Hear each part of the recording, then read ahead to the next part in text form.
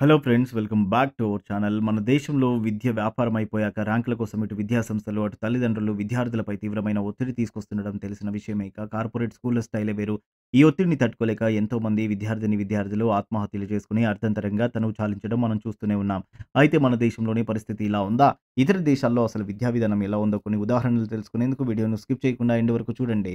మన దేశంలో విద్యను ప్రాథమికోన్నత, ఉన్నత అంటూ 10వ తరగతి లోపలే 3 స్టేజ్‌లుగా వర్గీకరించారు. ఇక ప్రైవేటు పాఠశాలల్లో అయితే ఈ ప్రాథమిక విద్య కంటే ముందుగా పూర్వ ప్రాథమిక విద్య తరగతులు కూడా ఉంటాయి. ఆ తర్వాత వరుసగా 10 తరగతులు చదువుకుంటూ వెళ్తేనే కాలేజీకి, ఆ పైన యూనివర్సిటీకి వెళ్తారు. కానీ ప్రపంచంలో అత్యధిక అక్షరాస్యత కలిగిన దేశమైన జపాన్ మాత్రం విద్యా విధానం మనకు చాలా భిన్నంగా ఉంటుంది. అక్కడ పలానా తరగతులన్నీ చదవాలనే నియమం లేదు. హై స్కూల్ విద్య అభ్యసించకపోయినా సరే నేరుగా యూనివర్సిటీ విద్యను అభ్యసించవచ్చు. ఇందుకు తగిన నిర్దిష్ట విధానం ఆ దేశంలో ఉంది.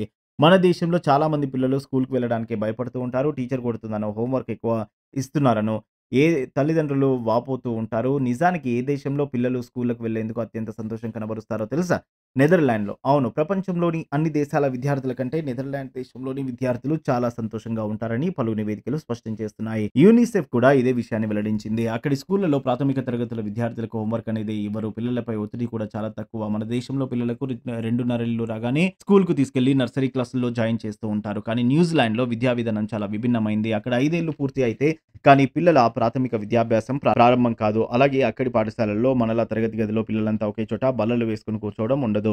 చాలా పాఠశాలల్లో అసలు పుస్తకాలు కూడా ఉండవు. ఉపాధ్యాయులే ప్రయోగాత్మకంగా పాఠాలు బోధిస్తారు. ఇక ఫిన్లాండ్ అనుసరిస్తున్న విద్యా విధానాన్ని అమెరికా సైతం అనుసరించాలని Harvard university professor Howard Gardner సూచించారంటే ఫిన్లాండ్ విద్యా విధానం ఎంత ఉత్తమంగా ఉంటుందో ఊహించుకోవచ్చు. ఫిన్లాండ్‌లో 7 ఏళ్ల తర్వాతే పిల్లల్ని పాఠశాలల్లో చేర్చుకుంటారు. విద్యా విధానంలో కూడా ఎలాంటి ఒత్తిడి ఉండదు. పాఠాల్లా కాకుండా ఆటలు, పాటల రూపంలో పిల్లలకు విద్యను బోధిస్తారు. ఆటల ద్వారానే అనేక విషయాలు నేర్చుకునేలా విద్యా విధానాన్ని అక్కడ ప్రభుత్వాలు రూపొందించడం విశేషం. పాఠశాల వేళలు కూడా విద్యార్థులకు అనువుగా ఉంటాయి. మన దేశంలో పిల్లలు ఉదయాన్నే స్కూల్‌కి వెళ్తే తిరిగి సాయంత్రమే వచ్చేది. కానీ ఫిన్లాండ్‌లో అలా కాదు. పిల్లలు స్కూల్‌లో తక్కువ సమయమే గడుపుతారు.